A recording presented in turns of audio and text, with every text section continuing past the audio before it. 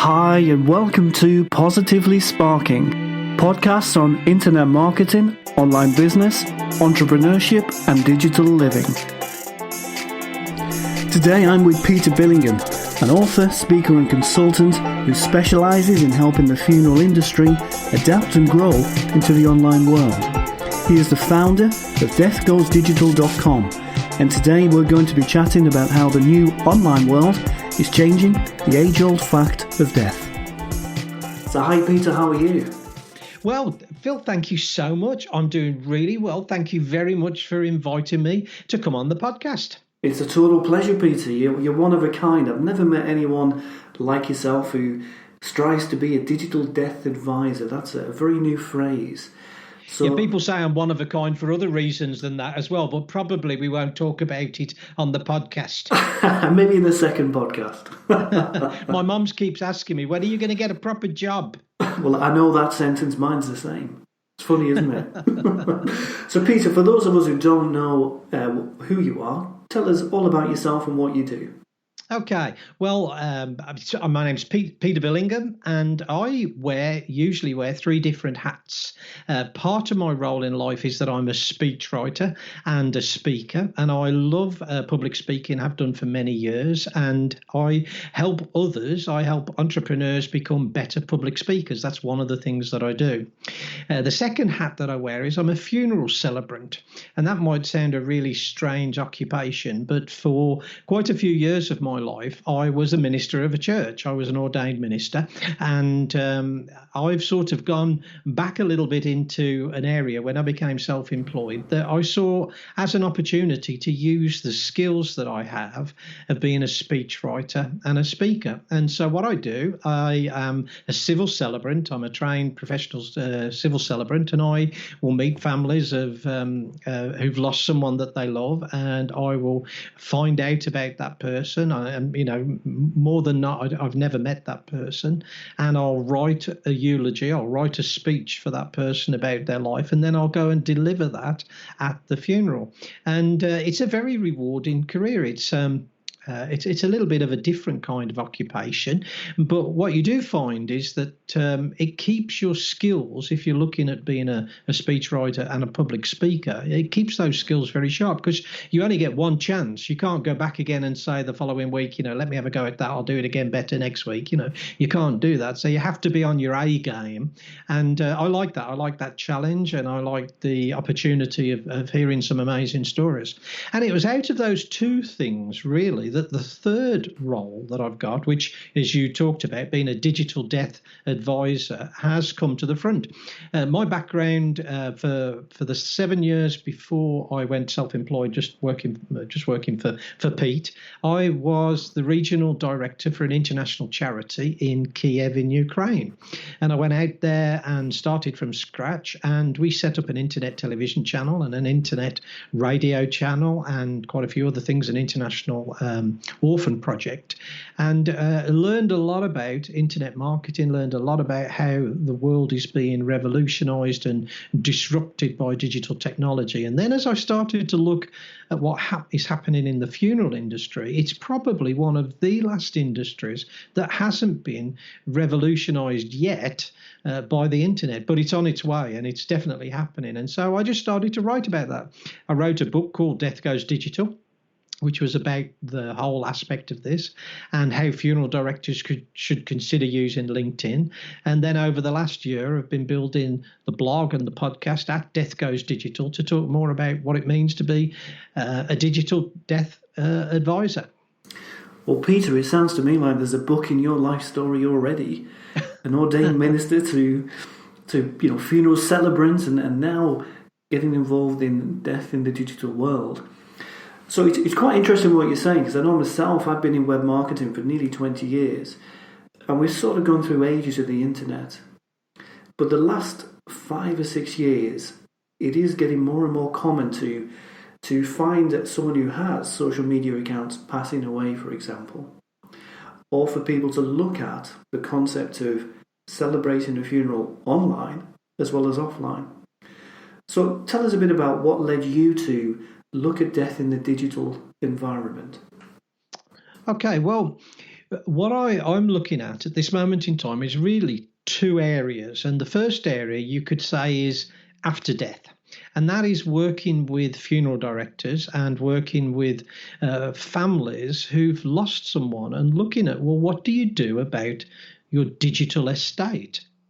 And people don't consider these days that, yes, a lot of people will leave a will because they will leave a traditional estate. They'll leave some assets of some kind, but they don't really consider that they've got a digital estate. And I talk to people about that because we've all got these so many accounts, apart from social media. We might have banking, we might have betting accounts online, you name it, payment systems, PayPal, all that kind of stuff online. And sadly, what happens is that somebody will pass away and nobody knows anything about that. They can sometimes have loads of photographs or memories that are tied up on a computer that nobody knows the password to. And it's really as if all that information has gone for good.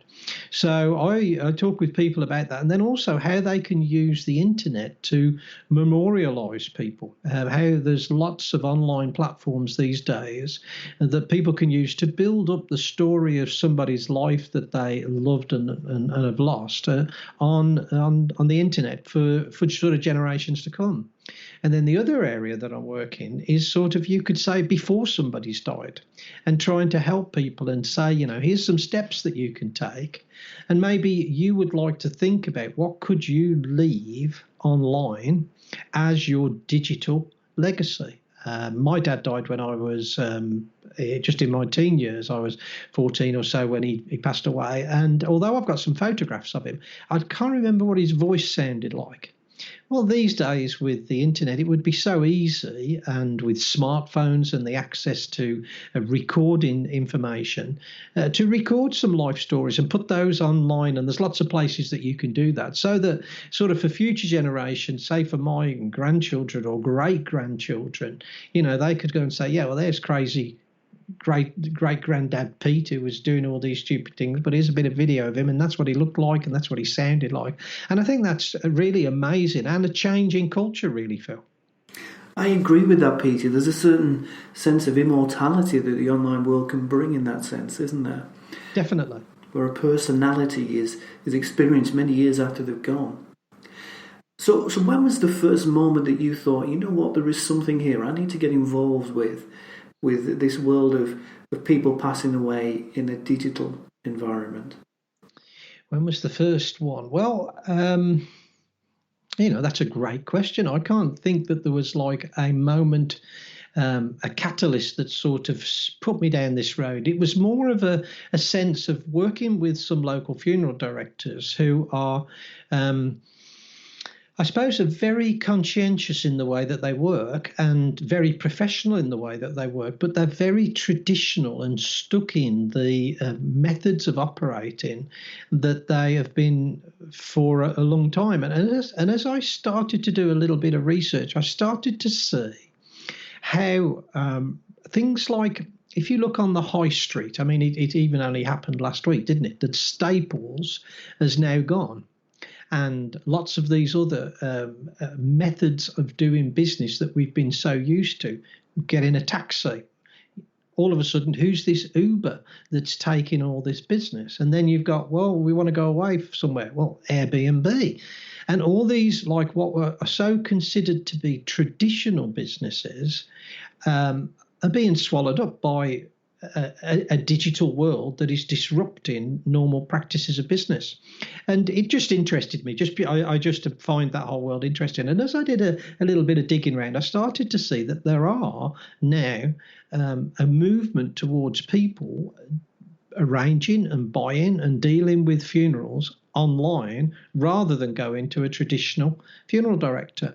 And some of the funeral directors I work with, I mean, there's one that's 100 years old. It's on its fifth generation of a family, and they often think it's just going to continue on. It's just going to carry on. Everybody's going to keep doing business the way they've always done, but it's not going to happen. And I just saw, I suppose I saw an opportunity. Is this something I could talk about? Is this something I could write about? And that's what I'm exploring.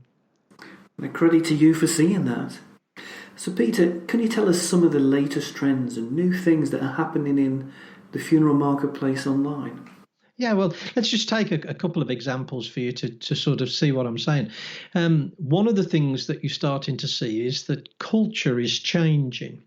And whereas a few years ago, funerals were just very templated and very traditional, and everybody almost did the same thing, the majority of funerals these days are non-religious funerals. They're not always what you would call humanist. They're not totally devoid of any kind of spirituality, but they tend to be much more personalized. So what you're starting to see is a trend for digital content in that funeral service, and that could be photographs displayed upon a screen, it could be a video presentation, it could be different kinds of music that people use within the service. And for instance, this week I wrote a post about a funeral director in Florida, which when I tell you, you won't be surprised when I tell you what's going to come next. But the owner, the CEO of that particular business, was the chief executive officer of Epcot, part of the Disney parks. And they've started to do funerals in a totally different way in that it's multi-sensory. So instead of going to some dark, foreboding-looking building with wooden pews and whatever, they've got this beautiful room where people sit in around tables. They sit on round tables rather than sitting in pews, and the whole of one wall is a video screen. And into that, you can build any kind of presentation that you want. But what they do there is, well, they also add the smells of that presentation as well. So say, for instance, you know, the person you loved was a real avid golfer. You could have a video of them golf, and but they will even infuse into the room the smell of newly mown grass. And so it becomes a fully experiential process rather than just listening to somebody go on from the front. And so you've got, like, you could say that's at one end of the extreme, but even in the local funeral directors, I live in the Midlands, and I went to do a funeral last week, and in one of the crematoriums that I work in, it's all been refurbished, and there is the biggest television that I've ever seen in that crematorium, where people now, and not every service, but increasingly, are having pictures and videos. So you're seeing that kind of development, but what you're also seeing is that, for instance, there's a firm that's called funeralbooker.com, and you can go online and you can book all your funeral online. You can choose the car, you can choose the flowers, you can choose the coffin you're going to buy, and you can do the whole thing online. And I think you're just going to see that development more and more. All interesting stuff, isn't it? It's fascinating. Bringing the funerals into the modern day world and the way we live our lives, and all those things that we take for granted in every other industry, as you were saying, travel, cars, even all those things that we're used to begin to come online in this world too. So in the future, what services do you think a funeral director will offer us? You mentioned some great things there, the sensory experience of a funeral. Do you think that they'll begin to help us look after our digital death as well? Actually, probably not, because I think that you will see coming into the market a whole swathe of people who are probably a little bit more switched on, let's say, to the power of the internet, and they see great opportunities. And I think that unless the funeral industry, particularly in the UK, but not only in the UK, wakes up to this, you're going to see that a lot of traditional small family-owned funeral directors, I think, will be out of business because they will lose market share as new jobs are created. There's going to be jobs which will be like a personal content creator, and I think you'll pay somebody to have access to your photographs and all this content that we have out there online, and bring that together as your digital legacy. You'll have a digital vault where you'll store all these things in, and you'll be paying people to curate the story of your life online for future generations. Well, it's here now. That's not of something in the future. That's actually happening now. There's also, you could say, some other things that have been in the press recently, which I think is just interesting to see, is that there was the case this last week of the teenager who won the High Court bid so that she could be. I apologise for that. I was just looking on a site, which is what I want to tell you about, which is called Life Naught. And Life Naught, I'll come back to that in a minute. Bina 24, as she's called, just interrupted me, which is just really relevant to the conversation we're having. But this week, as you probably, for the listener who when this is published, will know that there was this huge case where a young girl, sadly, who died when she was only, I think, 14, had this desire that her body could be stored cryogenically for the future, that she believed that at some time in the future she would be able to be revived, or possibly she could be revived by science and live again. And there was between a mother and father, who I think they were separated, there was a difference of opinion. So it went to the High Court, and the judge awarded her the right for that to happen. Well, that is one of the things that I think, okay, that is an extreme, but it's even just seeing that that's coming into the public domain as a conversation is fascinating. But that Life Naught, the site is called Life Naught, LIFENAUT.com. And Life Naught is a project that's being run by, I believe, Stanford University in America, where you have the opportunity to create an avatar of yourself. And it sounds like an episode of Humans that's on the TV, really, but you can actually upload all the information that you want to. And I'm sure in time, with the way big data is being developed, that you'll be able to go out there on the internet and like for me, I've got a lot of content that I've written out there. There's podcasts and whatever, and I think that they'll be able to pull all that together and more, and be able to sort of synthesize an online version of us. And that's what Life Naught is doing. It gives you the opportunity to create an avatar, which in the future, which is what they're saying, is you'll be able to speak to that avatar and ask it, and it'll tell you the views maybe of the person who previously lived. And now those things are just to the extreme. And whenever you see developments like this, you think that, for most of us, we're never going to live in that realm. But what you do see out of that is that there are lots and lots of practical applications that are also being developed for everybody to use. Places where you can store your pictures online, places where you can store your information about your preferences after your death.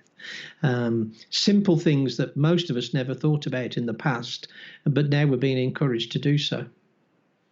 Really interesting stuff, Peter. There's two things there that I've tuned into. It's almost like a balance of two sides of the same coin, where all these fantastic opportunities are beginning to exist online for us to create our very much alive online version of ourselves, versus these small family funeral directors who are under threat because they're very different to that world and need to catch up.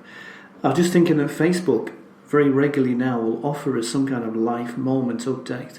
So I don't know if you noticed that, Peter. It might say, yes. Hey Peter, you've been friends with Phil for 5 years.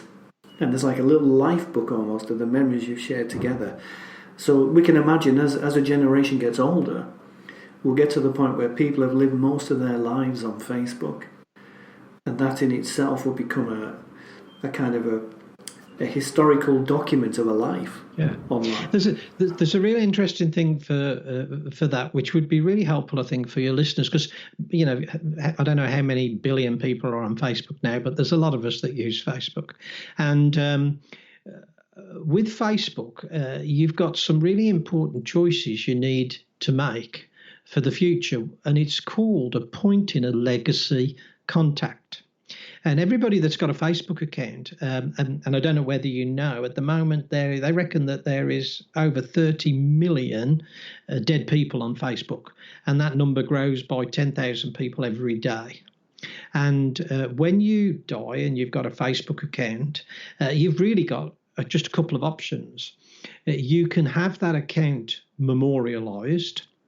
so that if you look on Facebook, you'll see some counts say in memory, and that means that that person has passed away. But it's still possible for content to be viewed on there, content to be accessed on there. It isn't always possible for that content to be changed, but somebody after they have passed away might not actually want that to be the case. If they don't make a choice as to what they want to have happen, they get no choice. That is taken away from them. And so the question with Facebook is, do you want your Facebook account to be memorialized after you die? If you do, then you just need to take one simple step, and under your privacy settings, you can choose to have somebody who will become your legacy contact. And it's pretty simple. You just go to your privacy settings, and there in security, you'll find legacy contact. And if you put in there somebody obviously you trust, then that person then can choose to even add more content after that time, or to add friends, or to do a little bit more with that content. Otherwise, they can also, if it was your preference, have all that content removed. You can have your Facebook account removed. So there's a simple, on my website on Death Goes Digital, there is a blog post which explains all about that. It's called One Simple Step to Secure Your Facebook Digital Legacy. And on there, I explain about how you can do that and why it's really important, if you've got Facebook, to make that decision today, why you can. It's a great point, that, Peter. I didn't know that myself, and I consider myself quite a knowledgeable online person, but I had no idea that a legacy contact was something we had to set in Facebook. And alongside what you're saying there, I do know of a couple of occasions now in my own web marketing career where I've been asked to help companies find a way to stop the social media accounts of directors who are now no longer here, because they continue to update.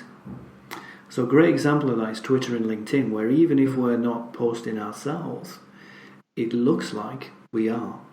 Yeah, because of the way those social media services work. It can be very distressing to people who know that person, family, friends, and so on. There is even now, Phil, what they are looking at is posthumous messaging services. So people can fit into their Facebook account the possibility that after they've died, they can keep on posting in the future to your wall.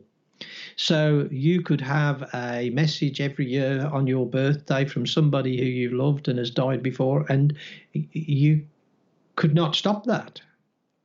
And that also could be very upsetting. And this is what I find is truly fascinating about this marketplace, because we're being asked to sort of ask questions and look at situations we've never ever had to before, and they're quite challenging questions, really. Definitely, absolutely are.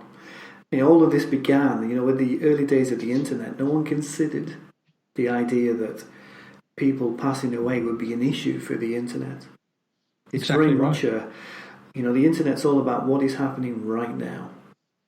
And so the idea of someone not being around anymore challenges the very essence of what most platforms are about. Fascinating stuff. It is. And you see all those pictures when you were drunk in Ibiza that you thought were lost forever. You see, at some point in the future, your great-grandchildren are going to find them. That's it. Unless you take some steps while you can. And that's what the whole issue about digital legacy and being a digital death advisor is all about. Absolutely. Great stuff.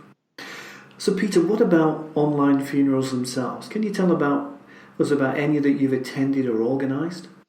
I haven't organised or attended any online funerals, and I'm not too sure how that will go. But what I do see is people using the internet to communicate about the loss of someone a lot more. In just even simple things like telling, whereas before people would put an obituary in the local newspaper, they don't do that now. It just goes on online, and people communicate that way. So there are some things out there about being able to have a digital funeral, and the people do it about like saying, well, you can delete all your digital life online, you can bury your digital life, but actually the truth of the fact is that you can't do that. It's just impossible. Once something's there on the internet, we might delete it, but it's still there somewhere. So no, I haven't done that yet, but I'm sure it's going to happen at some point.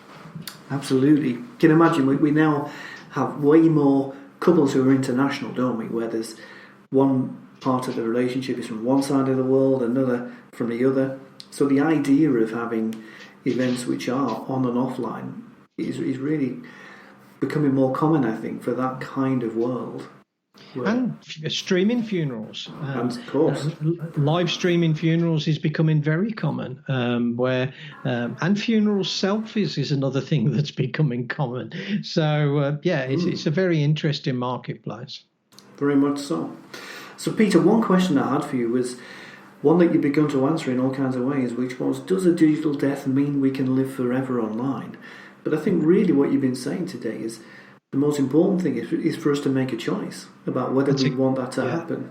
That's exactly right. And that's the most important thing, is that people probably don't consider it until, maybe if you passed away, it's too late then. Like a lot of things in life, you have to seize the day. You have to, if one of the things I've learned, this year I'll probably end up doing, 120 funerals or something. And the one thing I learn out of all of that is that how important it is to share the stories of your life, because if you don't share them, they're lost forever. And secondly, to tell the people around you that you love them while you have the opportunity to do that. And saying that, I forgot your question you asked me. well, let's take that to another step. Let's ask you, Peter. You asked me the question about living digitally online. That was the question you asked me, and the answer to that is yes. We do have, we all seek to be sort of immortal. Every one of us, we try to keep living, we try to stay younger, and some people want to try to live forever by having the name on a building or something like that. But with every post that we create, every tweet that we do, every website we visit, we're leaving this digital trace of our lives online. And at some point in the future, I think people will go into business to collect that information and maybe serve it up in different ways. Who knows? So I do think, I think that we will live digitally eternally. Wow, what a thought, overall. You mentioned before that it's really important for us to set a legacy contact in Facebook. Do you have any other tips that you would give people in today's digital world? Yeah, definitely. There's one thing is and again, I could give you a link. I've got a free template, which is what I would call a digital preferences register. And really what that is, at this particular moment, there's still the legal aspects of this are still being developed, and it's just starting to happen. So there isn't a definite legal process that you can go through to make this happen. So what you need to do at this moment in time is to write your preferences down. And if you have a will, and everybody should have a will, because you not only do you might say, well, I've got nothing to leave, but you leave loads of problems for the people behind if you don't have a will. Even if you say, well, I've got nothing, just the process of not having a will creates so many problems. So you need to get a will, but then you need to store with that will what your digital preferences would be. What do you want to happen to your social media accounts after you die? Do you have money in a William Hill account? Do you have a PayPal account? Does somebody know that? One of the things that I use, and there's many products on the marketplace, but I use a password manager, and the one that I use is called LastPass. Great product, but why I particularly choose LastPass is they have an emergency contact facility, and what this means is that you don't need to give anybody your passwords. But what you do is you nominate somebody, a bit like your legacy contact. And if anything happens to you, they can contact LastPass, and you give them a certain amount of time as a delay factor. So you might say, well, 24 hours, 48 hours or whatever. And if they need to, then they can get access to your accounts. Obviously, you need to make sure that you trust that person. But if you don't leave clear details of your passwords, of the accounts that you've got online, it can cause no end of problems. I mean, I've heard recently of a very sad situation where a young man died, and his parents wanted to access photographs and information that was on his computer, and they can't. And they've been told by Apple they need to go to the High Court to get a writ in order for them to give them access. And even then, they might not do it. So having a digital preface, I'll get the word out in a minute, preferences register actually tells the people that you leave behind what your wishes are.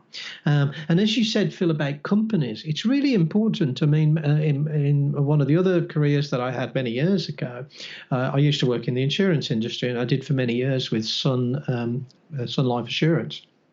Sun Alliance Insurance.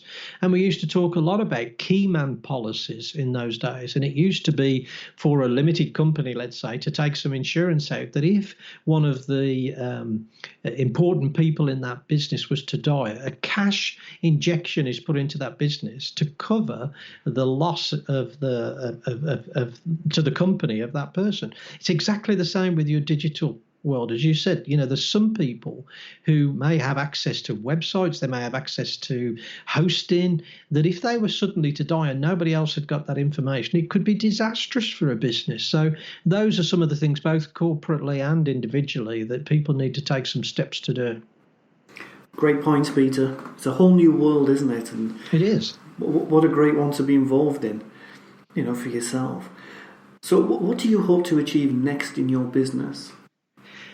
Well, it's pretty early days, really. I wrote the book and published the book, Death Goes Digital, in January of this year. And then I launched the website, deathgoesdigital.com, in February. So it's still really early days. But for instance, this month, I've been doing a whole series on this very subject, digital legacy. And I've seen a real surge in the traffic to the site. So that tells me that subject is, yourself from your background, is that if people start looking around, they're starting to search on the web, and they're starting to find the content, and most of the people that are finding the content are through Google searches. It's not through direct links to the site or anything. So that says that there is great opportunity. And I think for me, it's trying to find which is the best way to connect with people about this. Could it be through some more, some more books or something like that?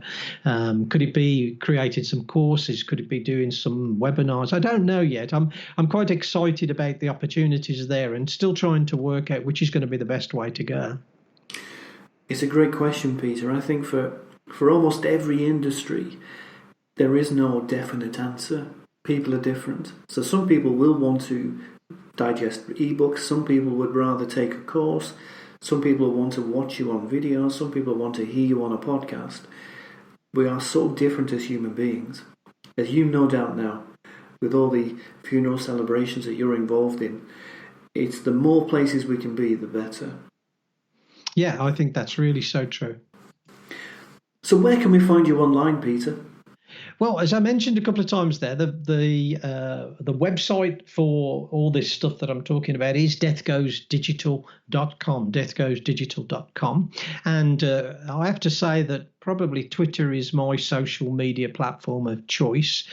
You can find Death Goes Digital, and you can find that in Facebook. But if you go to Death Goes D, you'll find us at Twitter there. And if you go to peterbillingham.com, you'll find some of the other stuff that I've been writing over the years, and some of the other things I do about speech writing and public speaking there.